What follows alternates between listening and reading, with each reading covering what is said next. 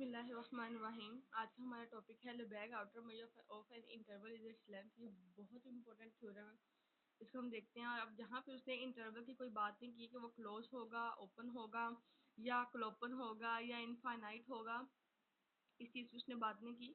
It's mean कि इसके हमारे पास कोई 3 से 4 केसेस बनेंगे, क्योंकि हमें हर इंटरवल को देखना पड़ेगा। हम जेनेरिक एक टर्म ले रहे हैं, जनरल टर्म ले रहे हैं इंटरवल की, तो उसके लिए फिर हमें सारे इंटरवल्स को देख के लेके चलना पड़ेगा। तो सबसे पहले हम एक क्लोज इंटरवल ले लेते हैं, that I is equals to close interval of a b मैंने कोई भी arbitrary values ले ली हैं। for some a b belongs to R for each epsilon greater than 0। अब मैंने क्या किया कि एप्सिलॉन कोई भी एक ग्रेटर देन 0 ले लिया। अब देखें इसके लिए क्या होगा कि ए और बी में देखें कोई भी इंटरवल को आप एप्सिलॉन जब आपने इंट्रोड्यूस करवाना है ना, अगर उसके अंदर की तरफ मूव करें तो वो अंदर की तरफ क्या हो जाएगा, ए प्लस एप्सिलॉन, ए प्लस 2 एप्सिलॉन, ए प्लस 3 एप्सिलॉन, ये चीज़ चलती जाएगी। और पीछे की तरफ जाएंगे तो माइनस में आएगा, ए के पीछे क्या आएगा, ए माइनस ई, ये चीज़ कर रही है। और बी के आगे क्या होगा, बी प्लस सी। ठीक है, ऐसे ही है। अब इसका मतलब हम कह सकते हैं कि ए बी का इंटरवल सबसेट है ए माइनस ई और बी प्लस ई के ओपन इंटरवल की। ऐसे ही है ना, ये चीज इस इंटरवल में कंटेन कर रही है। So for each epsilon greater than 0, जो क्लोज इंटरवल ए बी का है, ये सबसेट है open interval of A minus epsilon into B minus B plus epsilon. जब इसके ऊपर इसकी लेंथ इस टर्म की, ये जो मैंने इंटरवल लिया उससे इंट्रोड्यूस करवाया, इसकी जब लेंथ लूंगी तो वो क्या आएगा, या होता है B plus epsilon minus into A minus epsilon. ऐसे ही है, ओपन करूंगी B plus epsilon minus A plus epsilon और plus epsilon 2 epsilon B minus A plus 2 epsilon, ये इसकी लेंथ होगी। इसको हमने नाम दे दिया इक्वेशन 1 का। अब according to the definition of Lebesgue outer measure, उसकी लेबैग आउटर मेजर की डेफिनेशन लिखेंगे और वो ये कहता है Lebesgue outer measure of A is equals to infimum summation I is equals to 1 to infinity length of the intervals where A is the subset of the union of the intervals. यहाँ पे मैंने सिर्फ Lebesgue outer measure की definition को quote किया है, और इसके अलावा मैंने एक ओपन इंटरवल क्लोज इंटरवल लिया और उसको कंटेन करवाया एक ओपन इंटरवल के अंदर, और उस ओपन इंटरवल की लेंथ निकाली है। अभी तक सिर्फ हमने ये स्टेप्स किए हैं। Due to removal of infimum, infimum को जब हम रिमूव करेंगे, ये मैं आपको पहले बता चुकी हूँ, इन्फीमम को जब रिमूव किया जाता है तो लेस देन इक्वल टू की इनइक्वालिटी को हम इंक्लूड करते हैं, जबकि जब हम सुप्रीमम को करेंगे, सुप्रीमम किसी वैल्यू के साथ होगा उसको रिमूव किया जाएगा, तो जो ग्रेटर देन इक्वल टू की जो इनइक्वालिटी होगी उसको इंकलकेट किया जाता है। So equation 1 becomes m steric of a is less than equals to, यानी कि ये लेस देन दिस टर्म है, और आपको पता है लेंथ ऑफ द इंटरवल क्या हमारे पास निकली थी, b minus A plus 2 epsilon, तो ये मैंने उसके यहाँ पे लिख दिया। So equation 1 becomes this. ठीक है, अब इक्वेशन 1 जो हमने उसमें लिखा ना, उसकी डेफिनेशन को लिखा, तो उसकी जगह पे तो ये टर्म आ गई, तो उसकी जगह पे मैंने लेंथ लिख दी। अब मैंने क्या किया कि एक हमने कोई एक सेट कंसिडर कर लिया जो कि इस लेंथ का है। ठीक है, तो लेट कर लिया if a is equal to the set which has length this one where for all epsilon greater than 0। ठीक है, अब b माइनस ए यहाँ पे इन्फीमम कैसे आया, देखें। अगर a हमारे पास, लेट्स सपोज जैसे हमने 0 1 का इंटरवल लिया था ना, अगर a हमारे पास 0 हो गया, b 1 हो गया, ठीक है, तो 1 माइनस 0 प्लस 2 एप्सिलॉन क्या हो जाएगा, 1 प्लस 2 एप्सिलॉन। ठीक है, अगर एप्सिलॉन 0 हो गया तो फिर वैल्यू आ जाएगी 1 की, यानी कि इन्फीमम की वैल्यू बात की जा रही है यहाँ पे, यानी कि we can say that the length of the interval is the infimum. अगर length of the interval infimum है, तो अगर मैं b माइनस है, तो क्लोज इंटरवल हमने लिया हुआ है उसकी फिर ये होगी ना, उसकी लेंथ होगी, तो मैं इसकी यहाँ पे रिप्लेस करके लिख सकती हूँ कि Lebesgue outer measure of A B equals to this, यानी इसकी यहाँ पे सिर्फ मैंने ये लिखा है which is less than equals to infimum of A. Infimum of A क्या किया मैंने, अब इन्फीमम ऑफ ए क्या है, अभी मैंने जो पीछे ये लिया उसकी स्मॉलेस्ट वैल्यू क्या है, एप्सिलॉन अगर 0 हो जाता है तो उसकी स्मॉलेस्ट वैल्यू क्या होगी, b minus A. So m asterisk of close interval of A B is less than equals to b minus A. ये आ गया हमारे पास इक्वेशन 1। अब हमने ये चीज शो करनी है कि ये टर्म इससे ग्रेटर देन इक्वल टू है। जब हम ये शो कर देते हैं a is less than equal to b and b is less than equals to a, तो वो होता है a is equals to b। तो हमने क्योंकि length back outer measure of an interval को लेंथ के ऑफ इंटरवल के इक्वल प्रूफ करना है, तो हमें ग्रेटर वाली जो इनइक्वालिटी है उसको प्रूव करना होगा। इसके लिए हमने क्या किया कि consider the sequence of open intervals. Open intervals देखें, ओपन इंटरवल्स की सीक्वेंस लेनी है, बट वो इस जो सीक्वेंस होगी वो जो आई होगा जो उसमें से बिलोंग करता होगा वो क्या होगा, वो एक क्लोज्ड और बाउंडेड होगा। कैसे देखें, फॉर एग्जांपल के हम एक एग शेल की बात करते हैं। एग शेल जो है उसके अंदर जो योक है वो क्लोज्ड भी है और बाउंडेड भी है, उसके अंदर है ना, सबसेट आ गया उसका। सेम लाइक दैट अगर हम ओपन इंटरवल्स के एक सीक्वेंस लेते हैं और उस सीक्वेंस के यूनियन में से एक हम एक सेट उठाते हैं, वो आई इस के अंदर मौजूद है और बाउंडेड भी है और क्लोज्ड। तो हाइनल-बोसल का जो थ्योरम है वो ये कहता है कि जब कोई सेट क्लोज्ड भी हो, बाउंडेड भी हो, सब स्पेस या सबसेट भी हो, तो वो कॉम्पैक्ट बन जाता है। सो इसके अकॉर्डिंग हम कह सकते हैं कि ये क्या है, आई क्या बन गया, कॉम्पैक्ट बन गया, क्योंकि क्लोज भी है, बाउंडेड भी है और सबसेट यानी कि सबस्पेस भी है। ठीक है, तो अगर आई जो है वो सबसेट है इस पूरे के पूरे यूनियन का, और जो कि एक ओपन कवर है, और हर ओपन कवर के पास फाइनाइट सब कवर होता ही है। अगर फाइनाइट सब कवर मिल जाए तो वो एक कॉम्पैक्ट सेट, दो चीजें मिल गई। अगर कोई सबस्पेस क्लोज और बाउंडेड हो तो वो कॉम्पैक्ट हो जाएगा। दूसरी चीज कि किसी ओपन कवर के पास कोई अगर कोई हमें फाइनाइट सब कवर मिल जाता है तो वो कॉम्पैक्ट बन जाता है। आई होप सो कि यहाँ तक आपको क्लियर हो गया होगा। अभी तक हमने क्या किया कि लेंथ ऑफ द इंटरवल को लेस देन की जो इनइक्वालिटी थी वो प्रूव किया। लेस देन की इनइक्वालिटी प्रूव करने के बाद हमने क्या किया, अच्छा मैं आपको ना यहाँ पे एक और पॉइंट बताना चाह रही हूँ नेक्स्ट मूव करने से पहले। अगर आपको ये सारा का सारा जो टर्म है ना, ये सारा का सारा कैटेगरी ये समझ नहीं आ रही, ओके, आप देखिए एप्सिलॉन जो है वो ग्रेटर देन इक्वल टू 0 है। ठीक है, अगर एप्सिलॉन को हम मिनिमम वैल्यूज तक ले जाएं तो ये एक बहुत माइनर चेंज है। ठीक है, तो हम लिख सकते हैं कि एम स्टेरिक ऑफ, अगर इस एप्सिलॉन को इग्नोर भी कर दें तो M asterisk of A less than equal to B minus A, ये टर्म है। और ए हम यहाँ पे क्या लेके चल रहे हैं, वो तो एक क्लोज इंटरवल लेके चल रहे हैं, तो फिर भी हम लिख सकते हैं M asterisk of close interval less than equal to B minus A. ये आप ना भी करें तो वो डायरेक्ट आप इस पॉइंट पे पहुंच सकते हैं। ये मैं आपको आसानी के लिए ट्रिक बता दूं। अच्छा, हम किस पॉइंट पर थे, हम इस पॉइंट पर थे कि जो हमारे पास ओपन कवर है उसके पास जब कोई फाइनाइट सब कवर हो तो वो एक कॉम्पैक्ट सेट बन जाता है, राइट। अब हम नेक्स्ट देखते हैं कि नेक्स्ट वो ये कहता है कि अगर finite number of open intervals हो, लेट कर लिया हमने कि इस ये जो हमारे पास यूनियन है इसके अंदर finite number of open intervals है, आई एम के अंदर I1 I2 I3 up to IN, ये फाइनाइट सब कवर है। ठीक है, ये फाइनाइट सब कवर है, क्योंकि हमने ऑलरेडी बात की कि ये ओपन कवर है और ओपन कवर के अंदर फाइनाइट सब कवर होंगे।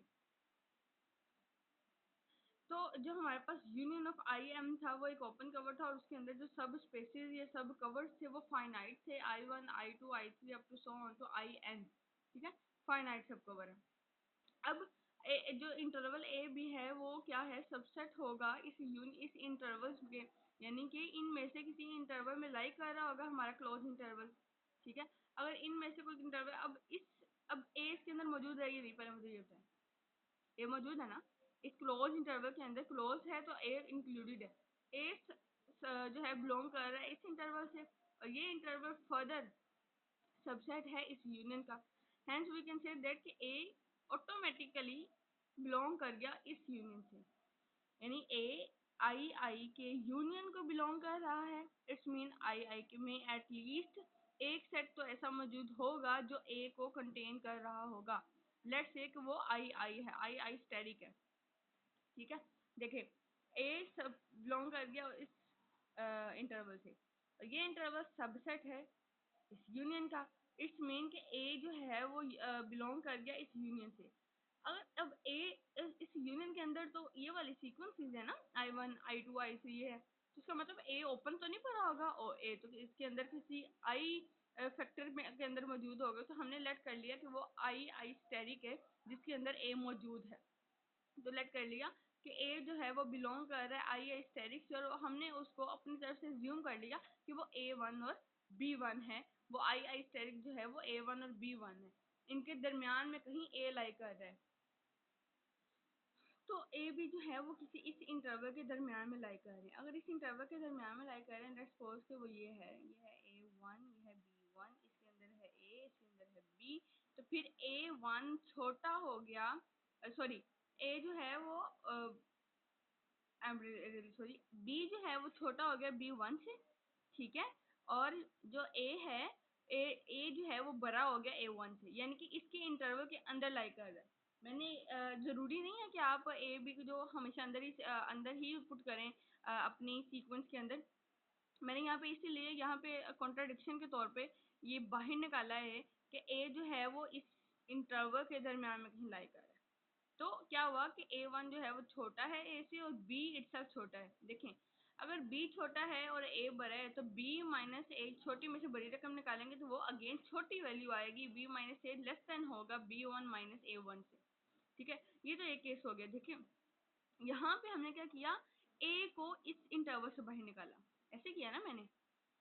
दूसरा केस क्या हो सकता है, अगर B इस इंटरवल से बाहर हो तो लेट कर लिया हमने कि जो A1 और B1 का इंटरवल है उसके अंदर B जो है वो लाई नहीं कर रहा। जैसे मैंने A लाई नहीं करवाया ना इसके अंदर, यहाँ पे बाहर भरा कर दिया उसको, सेम वैसे ही अगर B भी उसके अंदर से बिलोंग ना करा, B उससे भरा हो जाए, फिर क्या होगा, फिर B1 B है, अब अगर ये निकल जाएगा तो B हो जाएगा।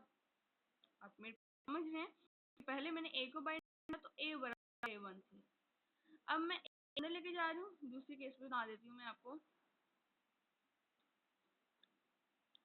अब B को मैंने बाहर निकाल दिया। अब B या तो बाहर इसके बिल्कुल ऊपर भी आ सकता है, बाहर भी जा सकता है, यानी कि ये जो B है इस B1 के बराबर भी हो सकता है, इसके बिल्कुल ओवरलैप भी कर सकता है और इससे बड़ा भी हो सकता है।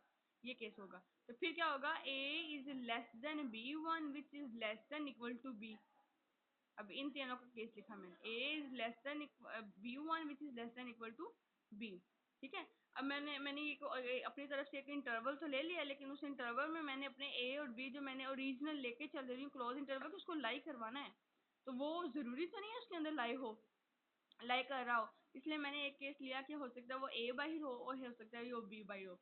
तो फिर उस केस में ये हमारे पास टर्म बनेगी। तो अब B1 मौजूद किस में हो गया, और मैं इन तीनों को देखूं, B1 किस में मौजूद है, आप खुद गेस करें, ये A और ये B। B1 बिलोंग कर गया ना A और B में, B1 बिलोंग कर गया A और B में, और A और B तो यूनियन में मौजूद था।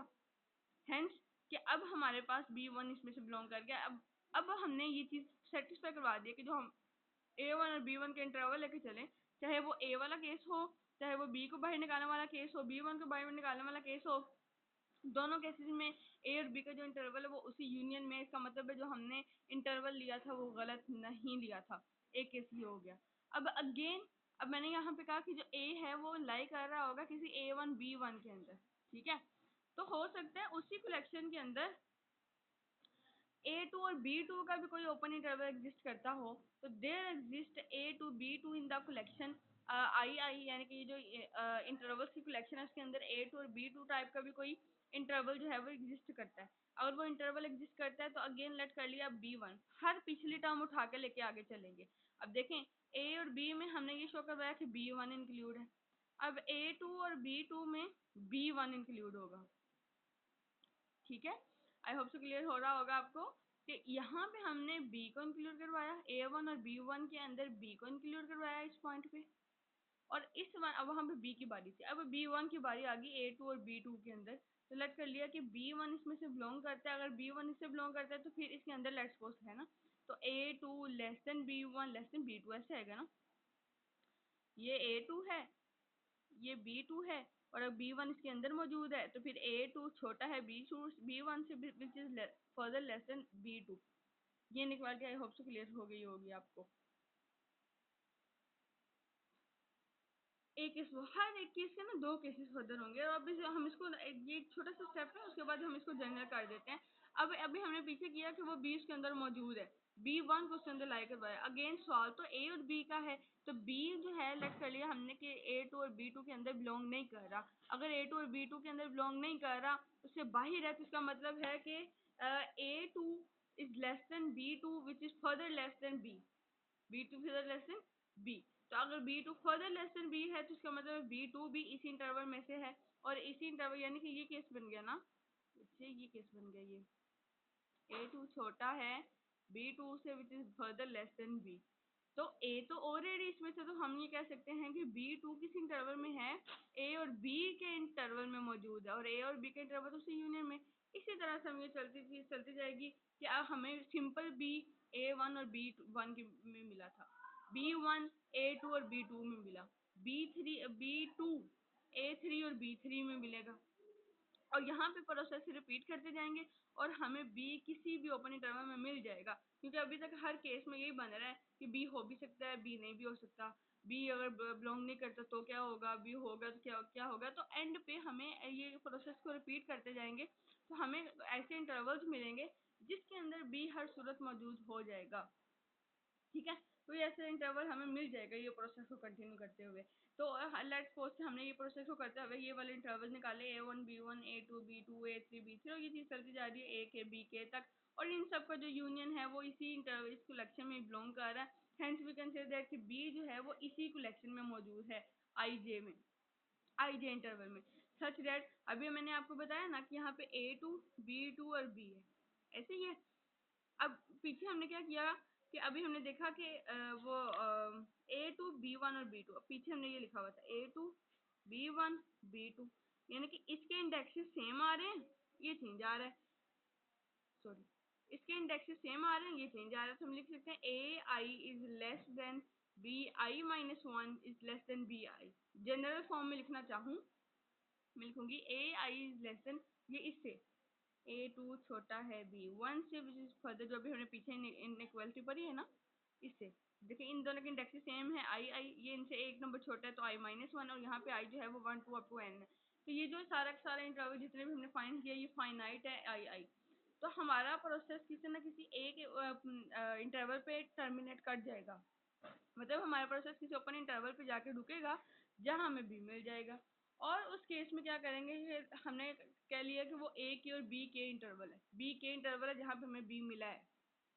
सो लेट बी बिलोंग कर रहा है ए के और बी के से, और यहाँ पे अगेन ये अगर इसमें बिलोंग कर रहा है तो फिर ए छोटा है ए के से और बी छोटा है बी के से, यानी बेटा ये इस तरह से है ए के बी बी के, ए छोटा है ए के से, बी छोटा है बी के से।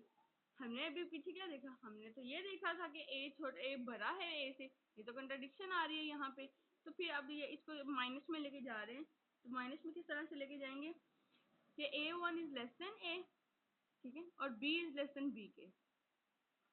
इसको माइनस करेंगे तो ये आ जाएगा -A is less than -A1, इन दोनों को माइनस करेंगे B-A is less than B के -A1, ये इक्वेशन बन गई।